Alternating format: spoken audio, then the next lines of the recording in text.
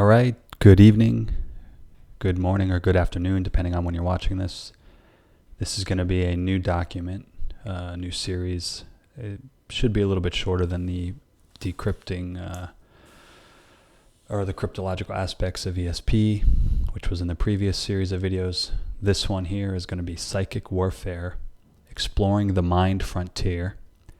And this was written by Dolan M. McKelvy, Lieutenant Colonel, United States Air Force. Declassification number is at the top here where I'm circling with the arrow. And we can see that the lieutenant at the time was at the Maxewell Air Force Base in Alabama. And this was a research report submitted to the faculty in fulfillment of the research requirement. I'm assuming that the faculty or the school itself, the colleges, were obviously being briefed on this stuff, if not doing the research outright. But this report is pretty detailed and pretty thorough from a less technical aspect, where the lieutenant colonel here basically expounds on his ideas for what can be done with this research, some of the impacts of it, and you can look at the table of contents here. Within this document, there's not going to be a visual break to show Chapter 3. The visual breaks occur with the actual heading that's used. So as I'm scrolling through the document, you'll see that in all caps we'll define a new chapter. And then visually as well, just to note, there'll be some breaks where I pause to read a pull quote, which is a quote that the colonel is giving to further explain his point, just not to get lost visually there. And for this specific video, I think I'll stop at Chapter 3, which will be discovering the mind's great treasures, and then build on with 4 and 5, and then 6, and then 7, 8, and 9, or 7 and 8. And also, if you want to jump through, and obviously, you should go read this document on your own, the list of references is almost 3 pages long, so there's a lot of thorough information in here for somebody who's interested in digging deeper on this stuff. So the disclaimer. This research report represents the views of the author and does not necessarily reflect the official opinion of the Air War College or the Department of the Air Force. In accordance with Air Force Regulation 110-8, it is not copyrighted, but it is the property of the United States government.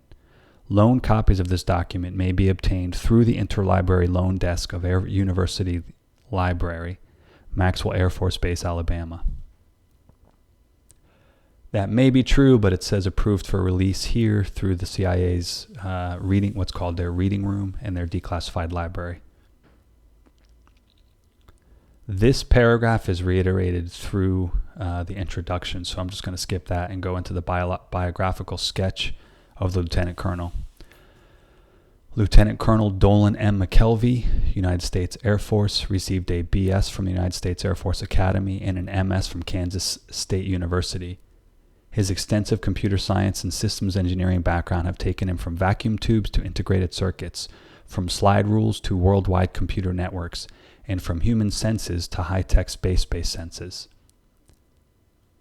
He recognizes the existence and tremendous potential inherent in extended mental capabilities and is concerned that their potential impact on the military and a computer-dependent world is grossly underestimated in Western society. He is a graduate of the Air Force Squadron Officers School, the Air Command and Staff College, the Armed Forces Staff College Class 75, and the Air War College Class of 1988. So, here we go. Psychic Warfare, Exploring the Mind Frontier. Man's greatest potential remains a prisoner of man. Only a fraction of the human mind is currently used. Limitless mental capabilities are just waiting to be accepted, developed, and understood. With this tremendous power comes an entirely new battlefield dimension which, if ignored, poses a threat to self and country more serious than nuclear weapons. This tremendous threat starts from within. Our fears and cynical attitudes towards psychic capabilities make us our own worst enemies. Coordinated military exploration of the mind frontier is essential. And key to successful exploration is a greater awareness of psychic phenomena. To support this thesis, I will examine some of the mind's great treasures, discuss their potential use and feasibility as instruments of power, highlight major self-imposed obstacles to developing extended mental capabilities, and recommend future actions. Introduction. In December 1980, Lieutenant Colonel John B. Alexander, U.S. Army, authored an article in Military Review entitled "The New Mental Battlefield. Beam me up, Spock." In this article, he challenged the imagination of his readers when he stated, "To be more specific, there are weapon systems that operate on the power of the mind and whose lethal capacity has already been demonstrated." He discussed psychotronic weaponry and provided eye-opening unclassified information on both Soviet and American research into parapsychological phenomena. He concluded, "The impact that psychotronic weaponry and other paranormal applications will have in the future is difficult to determine at this time. Whoever makes the first major breakthrough in this field will have a quantum lead over his opponent, an advantage similar to sole possession of nuclear weapons. The intent here is to emphasize the need for more coordinated research in the realm of the paranormal. Additionally, there is a need to provide leaders at all levels with a basic understanding of weapon systems they might encounter in the not-too-distant future." So, we've basically seen ESP presented as something that was discovered, and thereby it should be controlled and even equated to nuclear weapons. It's as dangerous as nuclear weapons. That's a little bit of convoluted thinking, but we'll keep moving here. A response came almost immediately. In January 1981, columnist Jack Anderson of the Washington Post was quick to demonstrate American skepticism of psychic research in an article entitled "Pentagon Invades Buck Rogers' Turf." Oh, there we go with mockery right off the bat. I use that term a lot, I think, too. Just the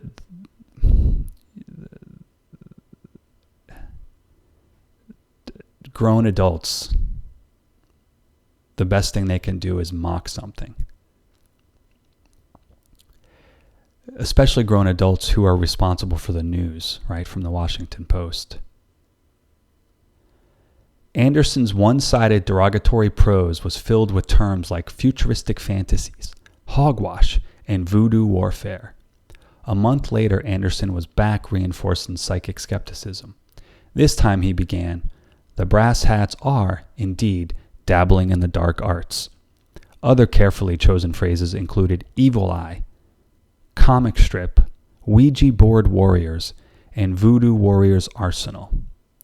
Within weeks, he returned to the subject by referring to wacky projects of the CIA, or studies like a Haitian witch doctor might try. Again, why would we entrust those people to give us unbiased, objective information? Maclean's magazine reported in 1981 that President Reagan and Defense Secretary Weinberger had to decide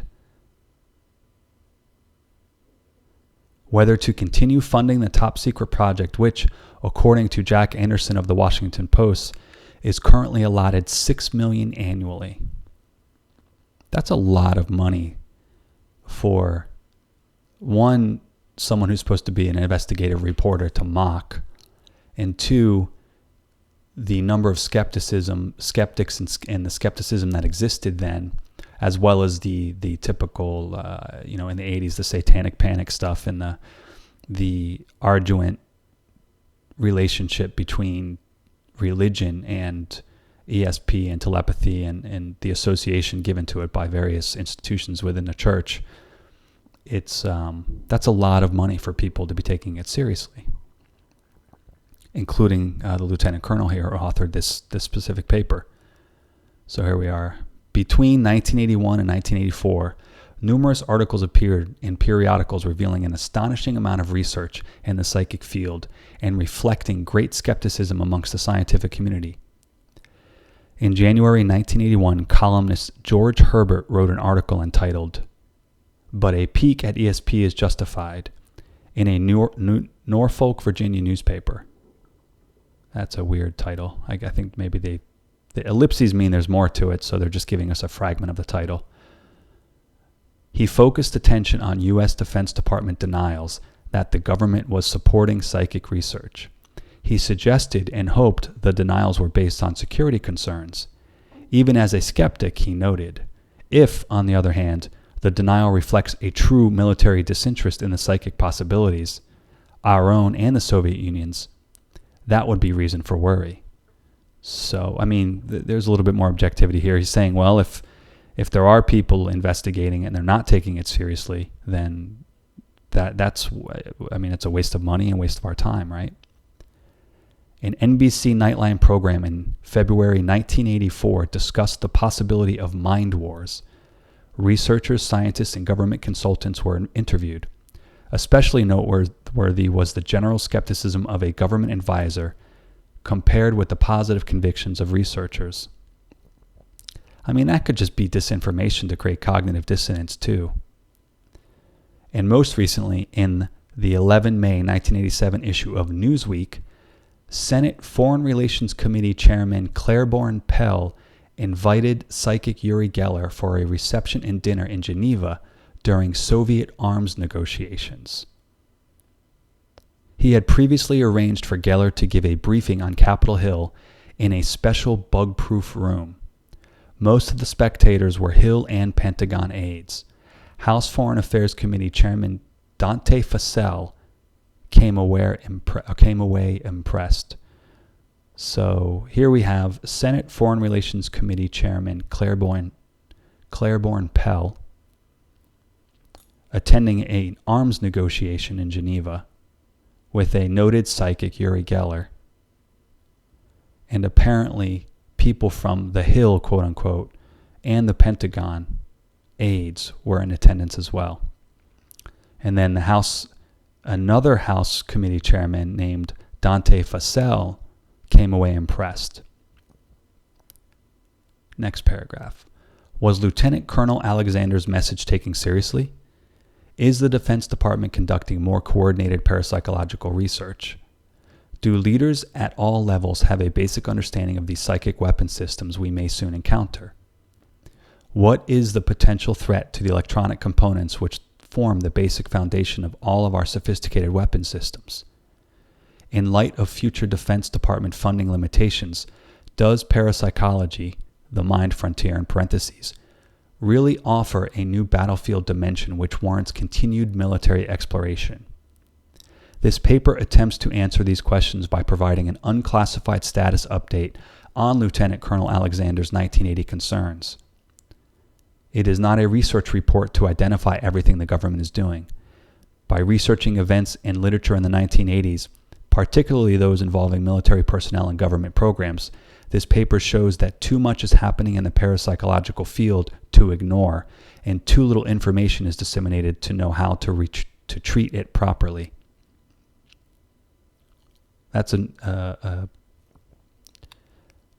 This paragraph here reveals a lot, I think, and again, we're referencing psychotronic weapons, which in previous declassified documents already noted they began that process 20 years prior to the publication of this document. Whether Lieutenant Colonel Alexander was aware of it or not, I don't know.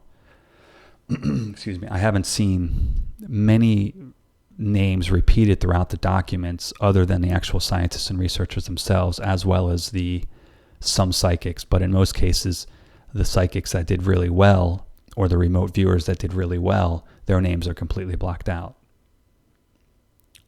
So defining parapsychology. Paranormal phenomena are observable facts or events which are not scientifically explained at this time.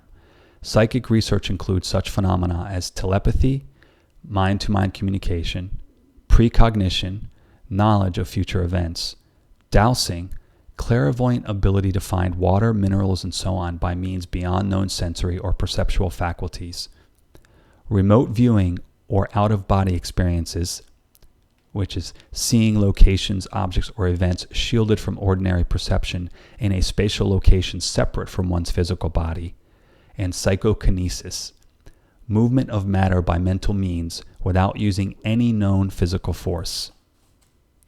These types of psychic functioning are also referred to as PSI or psi, which is frequently referred by researchers to dispel the misconception that these capabilities are outside the realm of normal human experience. Researchers contend psychic functioning occurs naturally in the everyday experiences of many people. Psi is further subdivided into two categories. The term extrasensory perception, ESP, refers to telepathy, dowsing, precognition, and remote viewing, while the term PK refers to psychokinesis. That's mind over matter. I thought there was a telekinesis as well, or a pyrokinesis in the effect that people could start fires and things like that as well. Psychotronics is the term used to describe the amplification of a psychic energies by electronic devices. Well, I mean, honestly, if you can amplify it, or you've devised a device that can amplify it, I would say it's reasonable that you also invented a device to neutralize it or to harm people, to keep them from using it. Remember, parallel construction is like the gold of all these papers and these reports. It's literally parallel construction. It's nuanced layered inferences and juxtapositions of information to create one total perception that has absolutely no basis on what's actually being done or how it's happening. And because the compartmentalization was so defined, right? I mean, it was so box to box, one room not knowing what was going on in the other room, or one department not knowing what's going on in the other department. It's hard to say. I mean, I would have been, if I was a military person and you told me this was possible, the first thing I would have done is started another group to find out how to stop it, how to hinder it. And it's still my personal opinion that these programs were infiltrated later on, if not early on, and some of the problems that they encountered were due to sabotage. The first recorded experiment of psi involved a military intelligence application of remote viewing. Back in 550 BC, King Croesus of Lydia felt threatened by the increasing power of the Persians. He needed to know what they were planning. Historians gave us a detailed account of just what happened. Croesus sought an oracle who could somehow perceive his enemy's plans, an oracle with proven psychic abilities, so he devised a simple test. He dispatched a messenger throughout the ancient world to visit different oracles and ask for a written description of Croesus' activities at a specified time and day. So, just to elaborate over my stumbling there, and I'm not going to read the two responses, but basically what he did was he told the oracles to figure out what he was going to be doing on a specific day. And the only oracle who got it right was the oracle at Delphi. And that convinced him that it does work. Croesus' 550 BC experiment convinced him remote viewing worked for the Delphi oracle and provided him a significant intelligence force multiplier against his Persian enemies. How far have we advanced since then?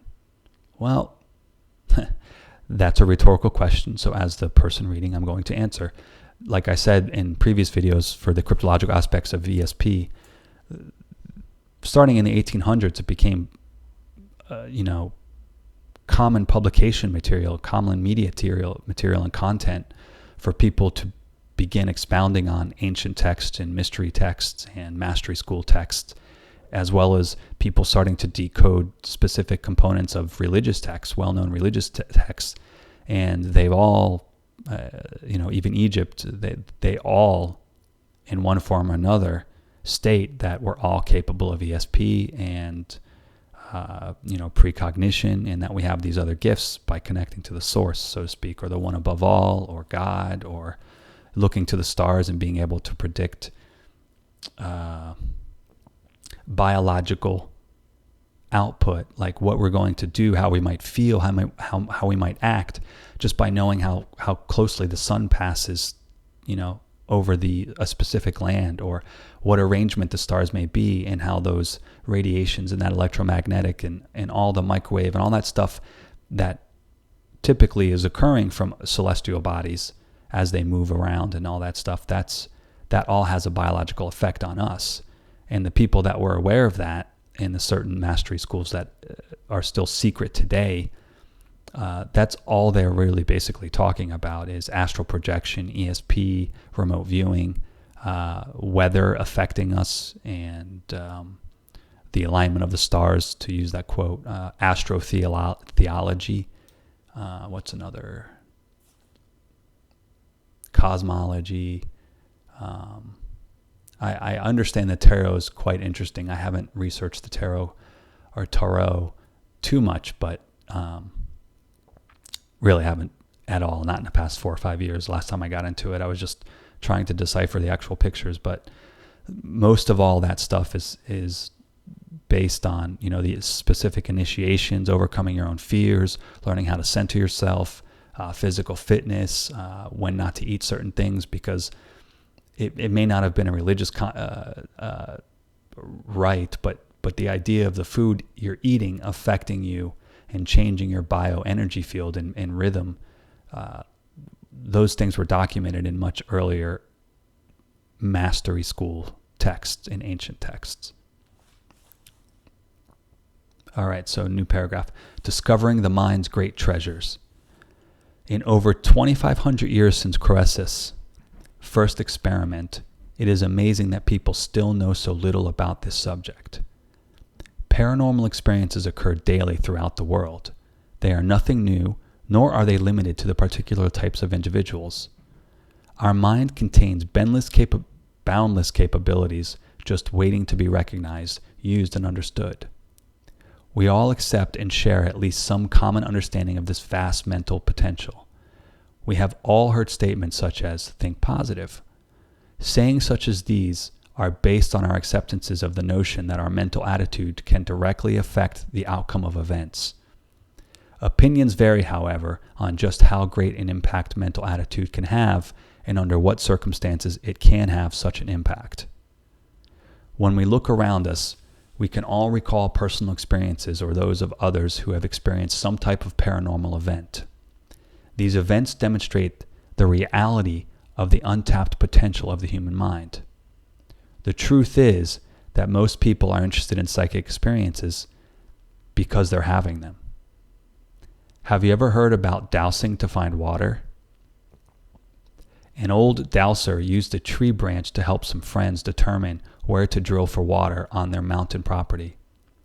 Contrary to geologists' recommendations, he not only picked the right spot, but accurately predicted how deep the drillers would have to drill and how many gallons of water per minute the well would provide.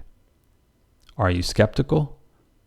According to June 1983 Congressional Research Service report, the Soviets claim that scientific studies of dowsing have yielded significant results. Accordingly, dowsing is taught to professional mineralogists and geologists at Tomsk Polytechnical Institute. The report goes on to say, dowsing, or divining for water, oil, and other minerals, is an established practice in this country and abroad, particularly in the Soviet Union. And what about the healing stories? Researchers and ordinary people around the world are witnessing and experiencing faith healings, psychic surgery, and miracles. Of course there are frauds, but at the same time, countless numbers of people have been helped. Practitioners of holistic medicine and other healthcare specialists are exploring and using many of these dormant mental capabilities. The mind frontier is rich with resources beyond our imagination.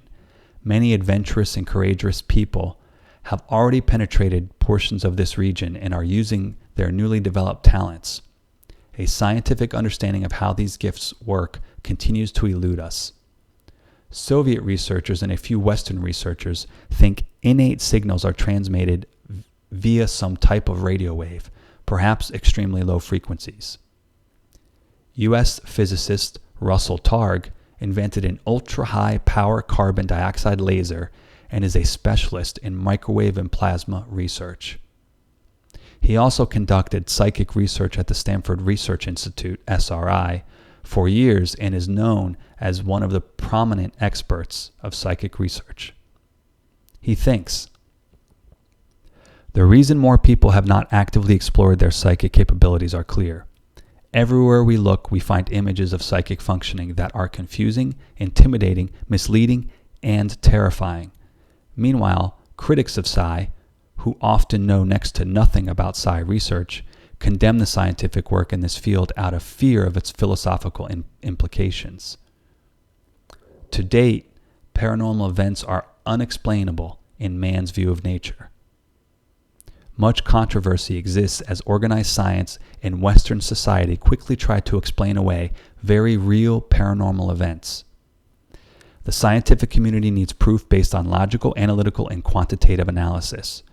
Such scientific approaches to psychic research always leave room for skeptics to question the validity of conclusions. Yet, as someone once succinctly noted, just because it can't be proven doesn't mean it isn't so. Croesus was convinced. He didn't let lack of understanding prevent him from taking advantage of the capability. This highly skeptical Western attitude has greatly affected research efforts. Western researchers' credibility is jeopardized because of the spiritual undertones associated with psychics. Jack Anderson's 1981 columns on voodoo warfare clearly demonstrated a cynical attitude by labeling such research as crazy.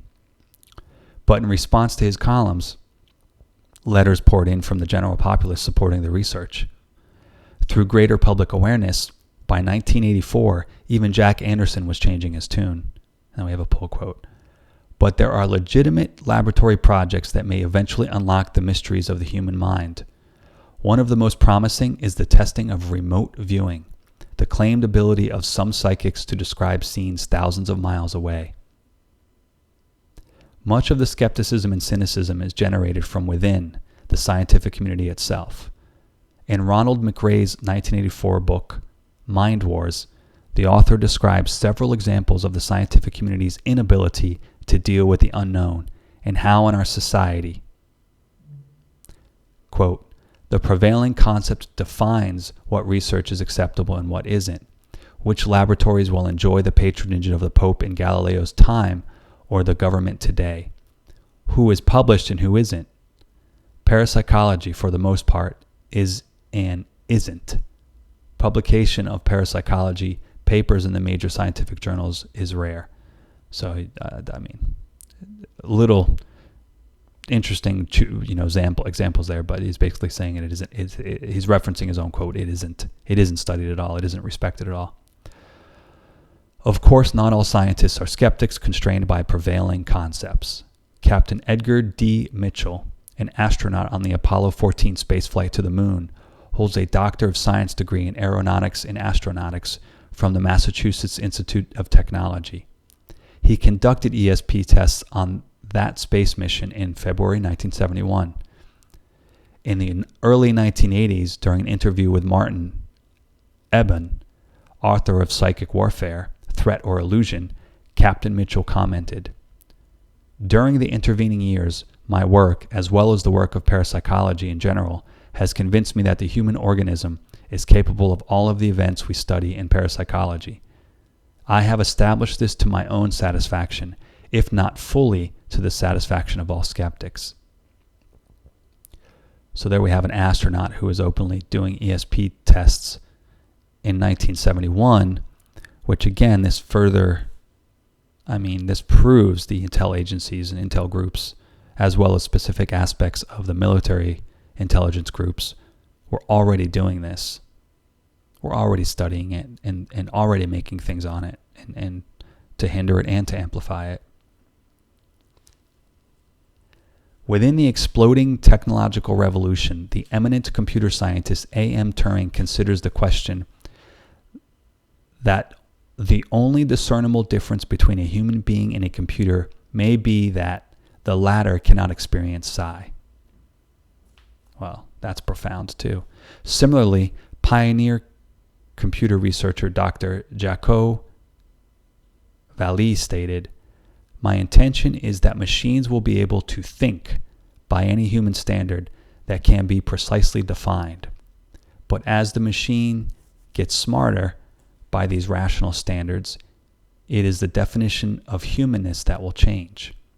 I think we will discover, beyond these rational standards, that the human race has many other psychic talents we had previously been afraid to recognize, talents which constitute our truly genuine existence as humans. They are the only part of us worth talking about." That's a nice quote. Let me read this one about the machine, since this is being recorded in November 2019. "My contention is that machines will be able to think by any human standard that can be precisely defined." That's important. I think people skip that. He chose his words carefully, meaning the machine can only respond to what we can measure and define ourselves for the machine. This isn't artificial intelligence. This is someone openly saying it's going to be limited by our own scope of understanding at all times, because human knowledge does evolve and change. The computer can only do what we tell it to do. So let me see. I think we're towards the end almost.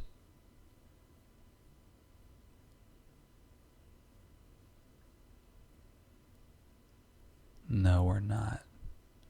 So all right. I put a marker. All right, so for those of you watching, that marker means the end of the chapter. So let me go back up.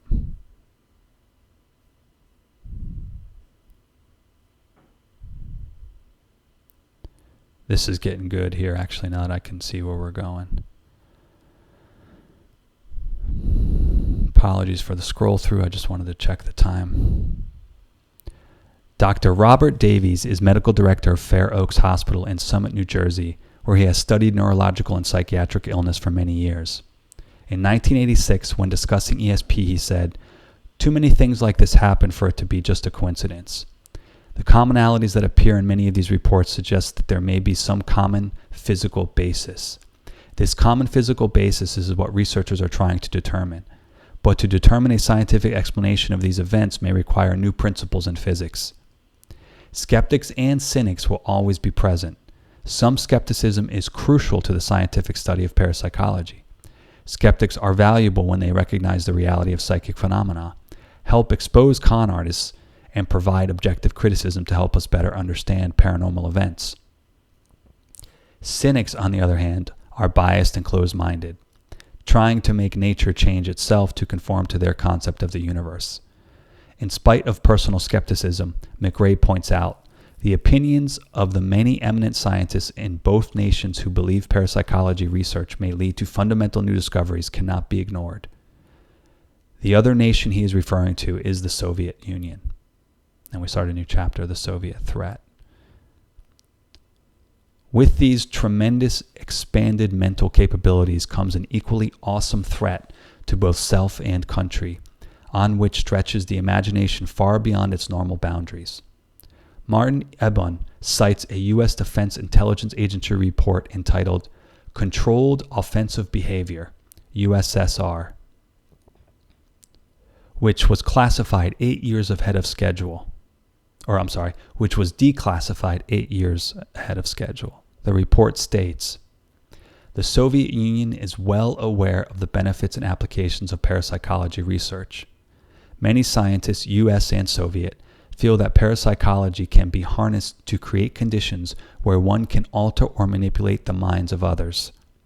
The major impetus behind the Soviet drive to harness the possible capabilities of telepathic communication, telekinetics, and bionics are said to come from the Soviet military and the KGB. Ebbon uses extensive research to provide an in-depth account of parapsychological research in both the Soviet Union and the United States. In noting the dramatic increase in KGB security and control of Soviet parapsychological research, he concludes that psychic warfare is something to fear. After returning from a visit to the Soviet Union as a guest of the USSR Academy of Sciences in September 1983, Russell Targ wrote, "Many Soviet laboratories appear to be conducting experiments in which their main goal is the modification of the behavior and feelings of remote humans and animals by psychic means." In summarizing his travels from Moscow to Leningrad to Yerevan and his discussions with Soviet researchers, he notes, a quote, "Psi's importance lies in the development of human potential, not in its possible military or intelligence applications. But everyone we talked with also made some oblique reference to what we were not being shown."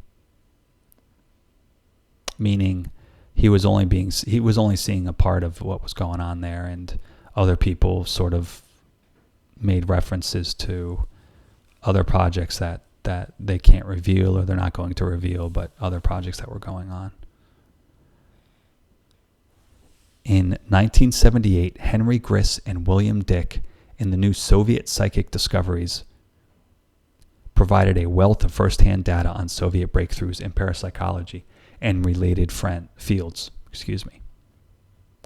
From this information, they presented an eye-opening, inescapable conclusion that the Kremlin was ready to adopt psychic knowledge for military use. They also reported on tests conducted by the CIA in 1973 involving 2 noted U.S. psychics. In controlled tests, the psychics projected their minds over long distances, apparently accurately describing super-secret military installations and even the contents of confidential files in these bases. During one experiment, Price, that is a noted psychic, Price, described in minute detail a Soviet installation hidden in the Ural Mountains. CIA agents in Russia confirmed his description. The 2 psychics spied on China, and once again, ground truth agents, CIA contacts in the People's Republic, were able to confirm their accuracy. That's a little scary. Not negatively, but I mean, when you consider all the other inventions that are out right now, I'm not going to dwell on it, but I'll keep reading here for time. Retired Army Lieutenant Colonel Thomas E. Bearden has a Master of Science degree in nuclear engineering with over 29 years experience in air defense systems, tactics and operations, technical military intelligence, nuclear weapons employment, anti-radiation missile countermeasures, tube artillery, and air defense missile systems. He also directed the production of the U.S. Army technical intelligence on Soviet surface-to-air missile systems. In his 1980 book, Excalibur Briefing, he describes psychotronic weapons in detail, along with a mind-boggling hypothesis. He believes that by psychotronics, the minds of all men can be linked into a great supermind having absolute psychokinetic mastery over time and space. The basis for his sense of urgency lies in non-conventional interpretation of 2 important statements. Like Griss and Dick, he points to a statement made by Soviet Premier Leonid Brezhnev in 1973. Brezhnev, urged the United States to agree to a ban on research and development of new kinds of weapons more terrifying than existing nuclear weapons.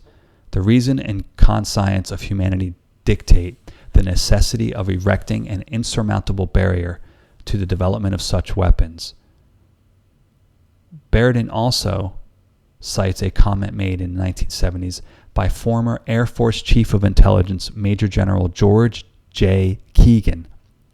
The Soviets are working on dramatically exotic new weapons, 20 years ahead of anything ever conceived in the U.S., so awesome as to lead the Soviets to believe that in the coming decade, they would be capable of total neutralization of our ballistic and submarine missiles. So basically, there are a few people already saying, whatever you're doing in terms of weaponry, stop it. And this is in 1973, so obviously someone was privileged to information and research back then. The Soviets are working on dramatically exotic new weapons, 20 years ahead of anything ever conceived in the U.S. I mean, we are experiencing the same old Russia versus United States, and everyone else seems to be eliminated. Although we know China, Japan, Italy, Germany, France, they've always had their own tests as well. It's not just the United States and Russia. That lens that's painted all the time is more harmful than anything else. I mean, one, it undermines all the other countries, like they just don't know what's going on. Two, there's enough research that their own research corroborates that they themselves were in contact with people in those countries. And as we saw or read in other documents, that machinery and inventions and things like that were being built in other countries to help with this research. So someone would have had to have asked the question, what's this for? Where's it going? Or like I said, where we just really look back to ancient texts and ancient mystery school texts and religions and what's been burned and kept and withheld from the populace on that level. It's all contained in there. It's already in there. So this isn't anything anybody discovered. And the only thing that we see happen is that the people that did research on it immediately didn't turn it into weaponize it. What they did is they went into a modality of defense to neutralize it. They went into a mindset where they're like, well, we'll just turn it all off on everybody. And that's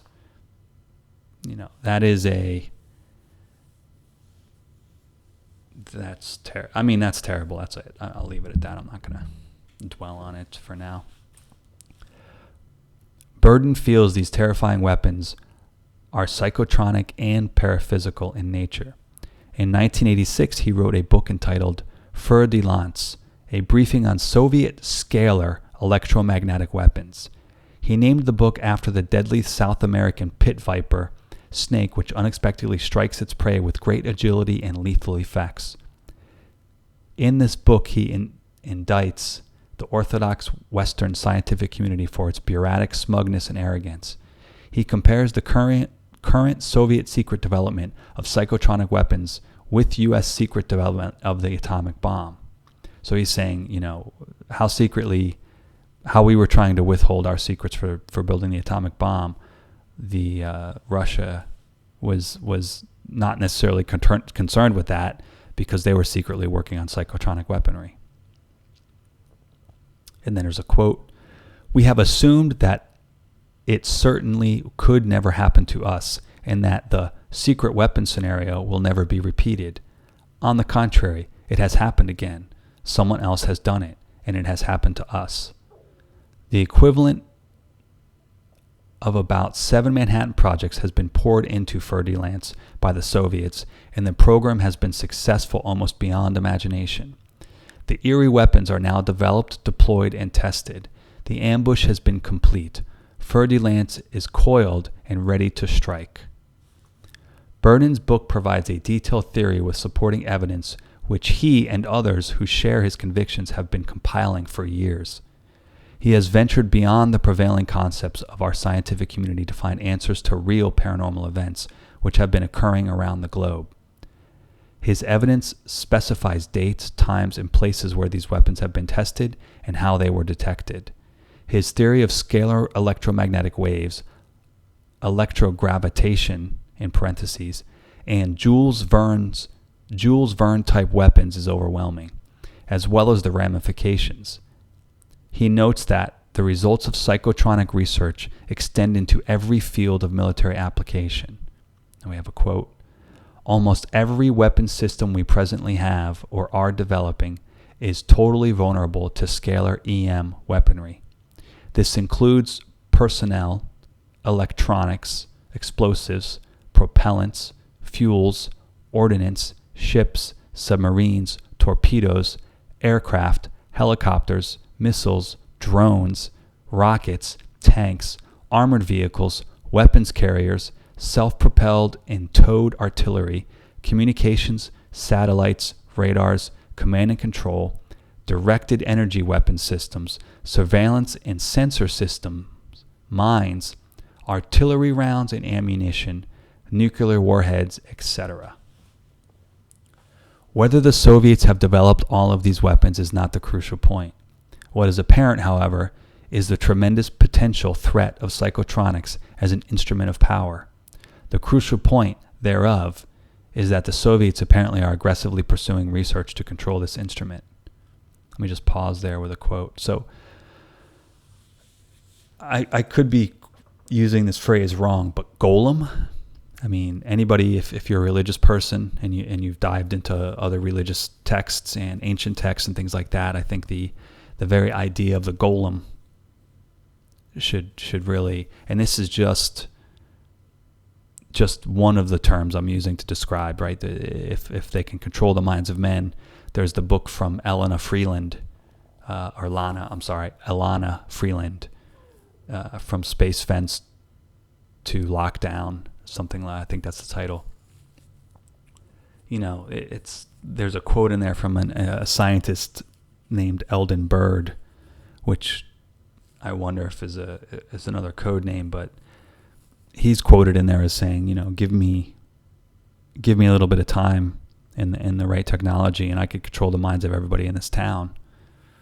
And I wonder, man, I really wonder if that's, you know, how I've always been someone that seeks out ways to connect with people before I just deep dive into conversations. And the only way to do that oftentimes is to research the person and see what they like and what they know. And then, you know, throw questions at them and stuff like that. Or a lot of us, we have that bond. We look for that bond, that signal, that indicator, you know. I think a lot of people misconstrue it as sexual attraction, but are quickly, with maturity, you recognize that bond is really just, it's like you're locking brains for a minute and you're about to really just involve yourself in some cool conversation with someone about something. And with these weapons on, which I know they're on, I mean, there's enough research and patents and laws to show that they're active and on. But think of it like this, you know, if there was bears or you know, baby bears, and you basically turned off their ability to connect with nature, their instinct, right? If what they use for instinct, which is their form of intellect, let's just say that because that's what it is, right? Or a bird to fly, the nest, or a deer to get up and walk. If you removed their ability to recognize their instinct, what would happen to them? They would become prey almost immediately. Think about what that does to people with these systems on and in place. I mean, I could extrapolate any number of scare tactics, but every one of them are right. I could sit here and go on and incite innuendo wrapped around what these weapons could be used for, and they're all right. They're all right. I mean, I've seen parents who are disconnected from their kids and kids disconnected from their parents, and I felt it. I mean, I've gone into environments and immediately connected with the parents, but for some reason, I actually got along more with the parents than I did with the kids, or vice versa, where the kids were, I really connected with them. And those are all various components of ESP. And then, you know, obviously the technology that was surrounding us at the time too, you know. It's overwhelming at this point. So we're back to the pull quote. Soviets apparently are aggressively pursuing research to control this instrument. In 1977, Soviet parapsychology research finally became an issue the Carter administration could not ignore. No matter how skeptical some officials remained, on June 11th, the KGB arrested Los Angeles Times reporter Robert C. Toth in Moscow and charged him with obtaining a secret state document which revealed the existence of ongoing research in parapsychology at several laboratories in the Soviet Union. Soviets admitted for the first time current official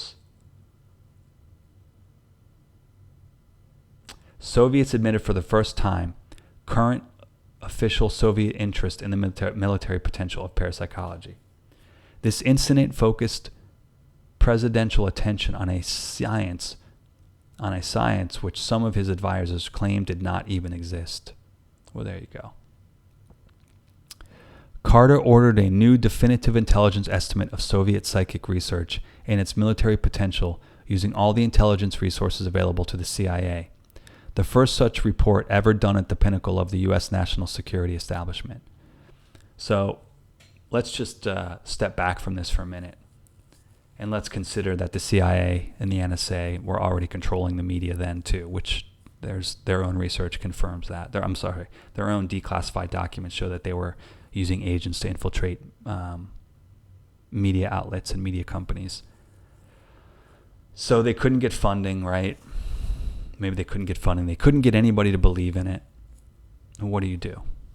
You stage a false flag, and then you tell the Russians they don't get excited and get out of hand. Look, we don't care if you're doing it or not. We're just going to use these as the excuse, and one of our agents is going to be arrested, and we're going to say that they're holding a secret document, or you're going to do it for us. With the way the issue is with these laws and the news and the way everything is debunked and found out to be misconstrued and misrepresented by news agencies and media companies, it's not hard to see that end of the coin as well, where either because they couldn't get anybody to sign off on their research, or because they weren't sure if it was actually occurring and still couldn't get people to sign off on it, they had to stage an event in order to light a fire under the president's butt to take it seriously, because maybe there were parts of the CIA and NSA that were being hindered from communicating this upwards, because of that compartmentalization. I've seen in other documents where the FBI and they teach variations of it, and I think even the NYPD at one point was involved with it, which, after 50 or 60 years of people who have left or retired or gone in from the military or army into other civilian jobs and things like that, all of those people have that training. They're going to talk to someone. They're going to want to let someone know. If parts of it were already declassified and in everyday publications appearing in the news, as well as, say, again, like I said, in the 1920s and 30s, it was just a common thing to talk about in the first place. What happened? What the heck happened? Besides the weaponization of it all, which seems to always just be what happens. But what happened to the development of it? What happened to get it going on the day-to-day level? Teach people how to be aware of it. Teach kids how to protect themselves against it and recognize the signs and things like that. Like I said about the deer being blocked. What do you think's happened to children? If these technologies are running and working, where do you think a child wanders off to? Or how easily they might wander off without their being able to recognize mom and dad's programming, So Carter ordered a new definitive intelligence estimate. The report was completed in 1978, but only partially released under the Freedom of Information Act in 1980. Rather ambiguously, they found no evidence of a massive Soviet psycho warfare, nor did the CIA dismiss entirely the most apocalyptic allegations of Soviet psi research. The evidence is fragmentary and contradictory at best. That's interesting. Meanwhile, at the same time, the CIA is like, oh, it's fragmentary. It's like I just said. Maybe that supports what I just said. That they found no evidence of it, yet that was a false flag used to get the government interested in it and get the funding for it. Or since the funding had already been, the investigations and research were already going on since the 50s within the intel groups, they now had a reason to bring some of it to the surface and then develop these weapons in order to, nullify it. Because, like if you're having psychics run around and remote viewers, they're going to figure something out that you don't want them to figure out just from a dream, right? Or the people, maybe that's why the CIA and NSA were collecting all the books and they have backup copies of almost every book published or whatever, because they want to know what someone inadvertently used their insight for. A creative writer who's publishing a book on the Desert Storm, or a movie director who wants to write something about the future and time travel. They want to know if you're pulling from their source, pulling from the great source, and inadvertently relaying secrets. That's what the control is about too. A June 1983 Congressional Research Service report to Congress says, it is also speculated that the Soviet government is firmly committed to the funding of psi research, and that much of this funding, variously speculated to amount to tens of millions of dollars, is directed toward military research. What makes the Soviet research effort such a threat is the United States' apparent lack of interest. The same report to Congress also mentions that total funding for psi research in the United States probably does not greatly exceed $500,000 per annum, and most funding originates from private sources and foundations. Attempts to identify more recent and accurate funding levels have been to no avail. Well, apparently the lieutenant colonel who wrote this was not being briefed or thoroughly involved in the NSA's, the Army's, the Navy's, and the Air Force's involvement in their own tests. Obviously, perhaps he was a graduate out of college and was just given some of the research, U.S. research. Any lack of interest in psychic research in the United States is an outgrowth of personal fears, sensationalism, and restrictive science mindsets. We are our own worst enemies. Through cynicism, biased criticism, and ridicule, the scientific community and society as a whole have suppressed exploration of the mind frontier. Greater psychic awareness is the key to opening our minds and discovering the hidden treasures. Dr. Roger A. Beaumont, professor of history at Texas A&M University, has published more than 40 articles and 3 books on military history and strategic studies. In a 1982 article in Signal magazine, he points out, here's a quote, "In the West, psychic research has long been tainted by sensationalism and some charlatanism. The dramatic and the absurd overtones of the popular culture aspect of ESP has led even the more conservative elements of the popular press to treat ESP as a novelty.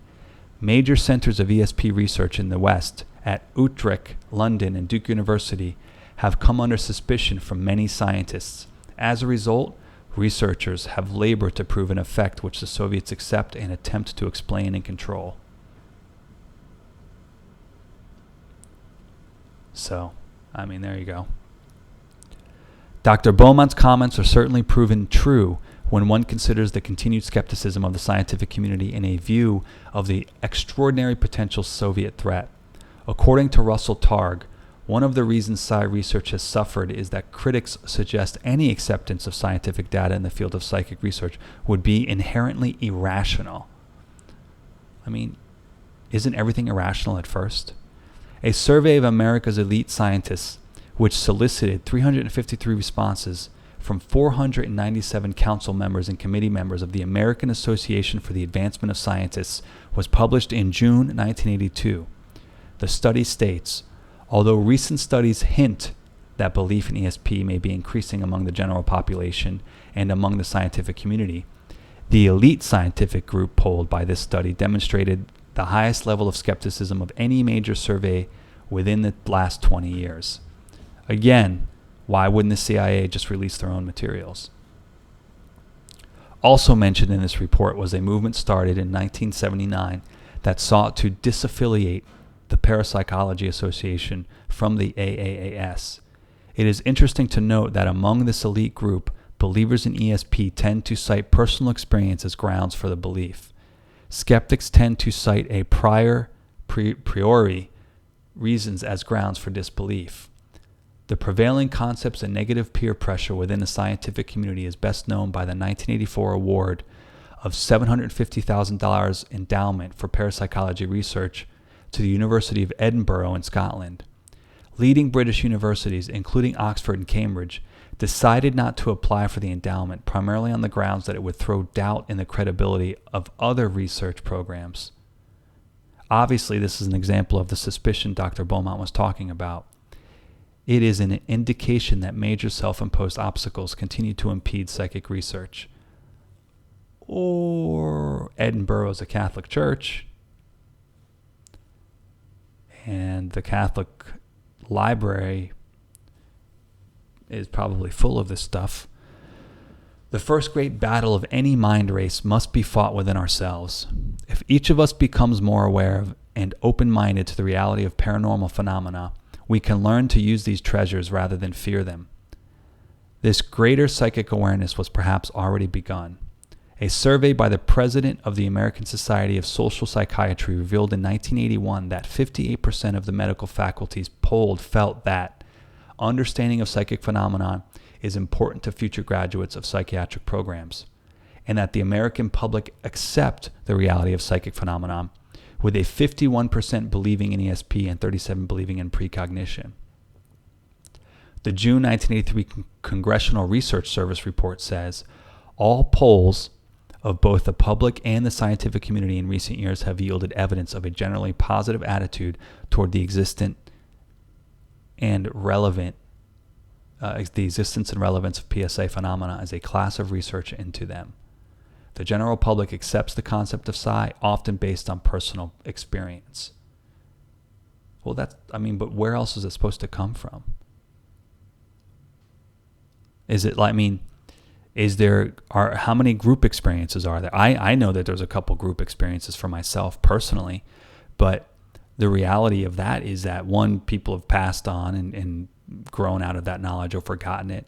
And two, it's just at the age and the level of those things experiencing, we were all open-minded to it to begin with, as well as other people were already pre-programmed. I mean, there's nothing more to build it on other than from personal experience.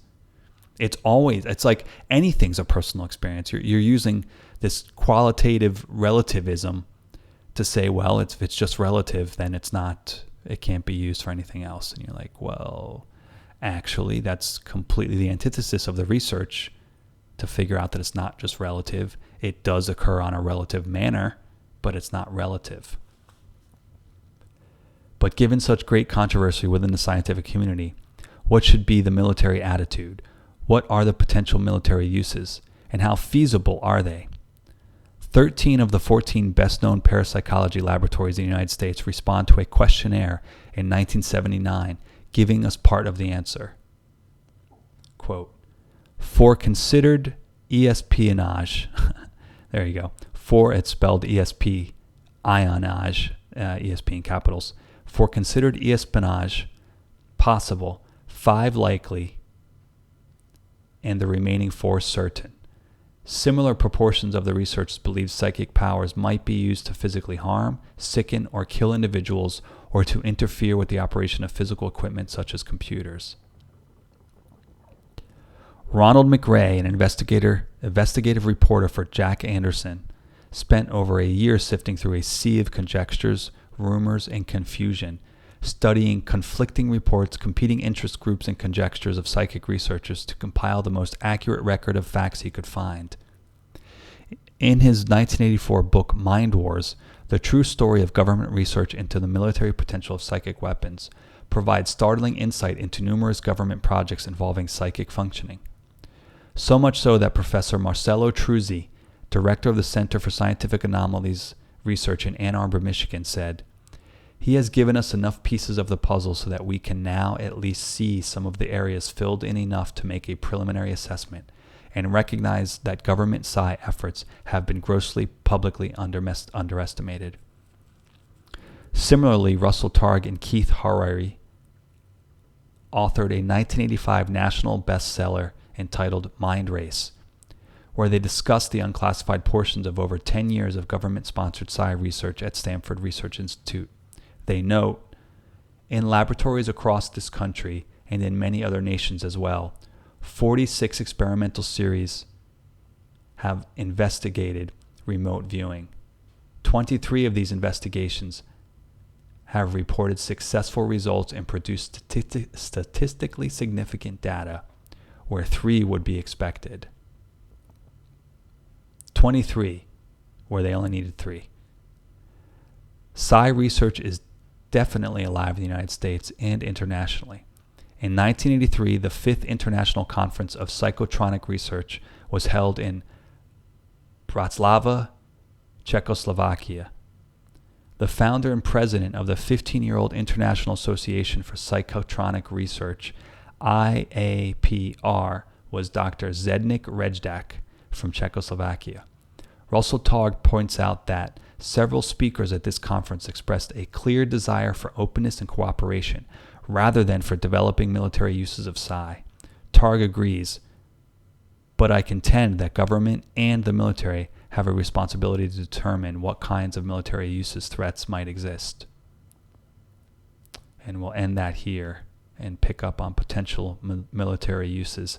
I think for anybody who's just getting on track with any of this stuff, I mean, these are whatever lies may exist and whatever deliberate obfuscation and mockery and cynicism have been, you might be exposed to. It's not helpful. It's not helpful for you or anybody else to do that to one another. And ultimately, the mockery alone is what allows other people to continue working on it in secret, in private, to keep it hidden, and then ultimately build these programs that later on we're going to find exist where they are suppressing people on an individual and mass level, one by one or group by group, and that includes children. That includes people's children. There's no authority for that. There's no authority that can be granted for that. None. Congress can't do it without a vote from the people of their constituents. And if they do have that, and those meetings have taken place behind closed doors, not on the record, and there were no votes given, then those things, then they're not valid. And I understand how often that's actually what happens, is that constituents try to meet with their leaders off the record, and then these leaders make these votes. And the problem is that the constituents are not a majority. They're just a group of people. If you asked a state if they wanted you to install towers everywhere that were basically going to put people to sleep when we want them to, or so that we could track every child that was born who potentially had some sort of ESP ability and then suppress them, everyone would say no. The only people who might say yes are the old people who want to retire because they don't want to deal with it, right? I mean, just put a little logic behind all of this, not even to believe in what I'm saying, but just the human components that we all experience growing up, the various levels of maturity. Look at why these things would have been developed. Look at your own history. Look at your own background. Look at the backgrounds of your friends and family. But imagine if you would have been able to connect a little bit more succinctly with them through your own ability. All right, I'm going to pick this up at potential military uses. Have a good night. Enjoy your mornings or enjoy your afternoons.